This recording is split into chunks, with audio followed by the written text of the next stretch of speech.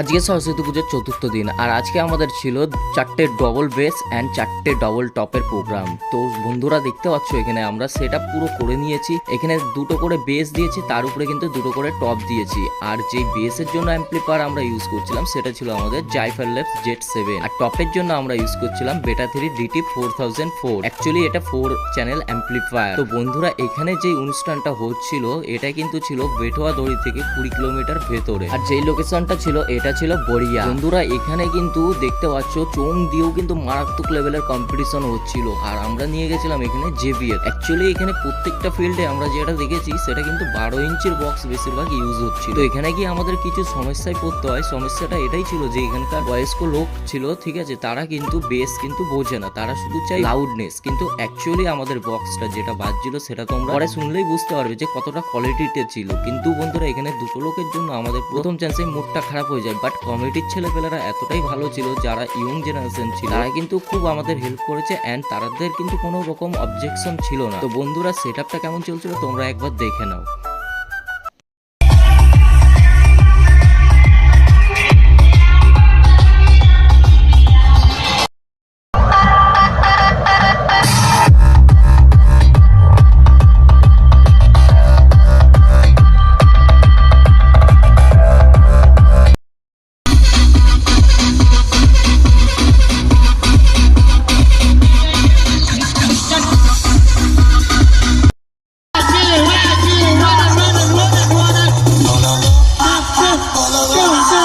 Everybody jump,